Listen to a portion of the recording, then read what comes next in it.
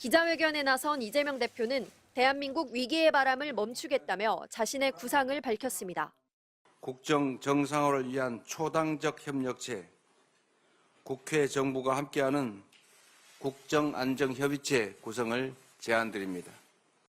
통상 정부와 여당이 국정을 협의해왔는데 윤 대통령의 직무가 정지됐으니 여야 모두가 참여하는 협의체를 구성하자는 겁니다. 이제 여당은 사라졌다면서 국민의힘을 제2당이라고 불렀습니다. 여당은 사라졌죠. 야당도 없습니다. 제2당으로서 국정안정, 민생회복이라고 하는 큰 공통의 목표에 협조하지 않을 이유가 없다고 생각합니다.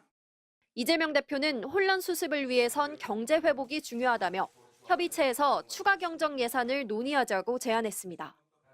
지역화폐와 AI 산업 예산, 전력 기반 시설 투자 예산 등을 언급했는데 지역화폐는 이 대표가 성남시장 시절부터 추진해온 핵심 공약이고 AI 예산은 민주당의 중점 미래산업 예산입니다. 제1당 대표로서 혼란에 빠진 국정을 수습하고 국정 운영에 적임자라는 점을 부각하려는 의도로 보입니다. 헌법재판소를 향해선 윤석열 대통령 파면 절차를 신속히 진행해달라고 요구했습니다. 이재명 대표는 당내 반대 여론이 높지만 한덕수 대통령 권한대행에 대한 탄핵은 추진하지 않겠다고 밝혔습니다. 너무 많은 탄핵을 하게 되면 국정에 약간의 혼선을 초래할 수도 있겠다는 판단 때문에 일단은 탄핵 절차는 밟지 않기로 했습니다. 그러면서 한 권한대행에게 내란 특검법과 김건희 여사 특검법 등 법안들에 대해 거부권을 행사해선 안 된다는 입장을 전했습니다. 조국혁신당은 이 대표가 제안한 협의체에 적극 참여하겠다면서 한덕수 권한대행은 거부권 행사는 꿈도 꾸지 말라고 밝혔습니다. 개혁신당은 별다른 입장을 밝히지 않았습니다.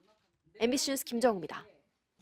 대통령 탄핵 소추라는 비상 상황인 만큼 국민의힘 권성동 원내대표는 휴일에도 원내 지도부 긴급회의를 소집했습니다. 권 원내대표는 더불어민주당 이재명 대표의 국정안정협의체 참여 제안에 대해 반대한다는 입장을 분명히 밝혔습니다. 민주당이 여당이 된 것처럼 또 국정 운영의 책임자가 된 것처럼 행동하는 것은 옳지 못하다.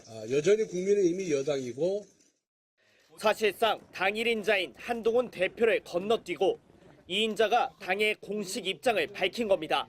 당대표가 밝혀야 될 입장 아니냐는 지적도 있는데요.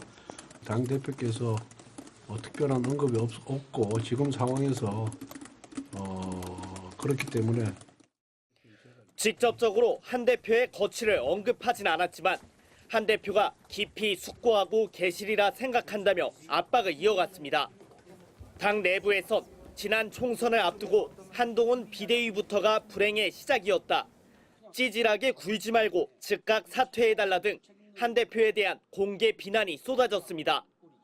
한 대표가 사퇴 기자회견을 연다는 소식까지 퍼졌지만 당이 공식적으로 휴일 기자회견은 없다고 정정하는 소동까지 빚어졌습니다. 여러 가지 굉장히 혼란스러운 상황이 있을 테니까요. 시간을 좀 두고 보시죠.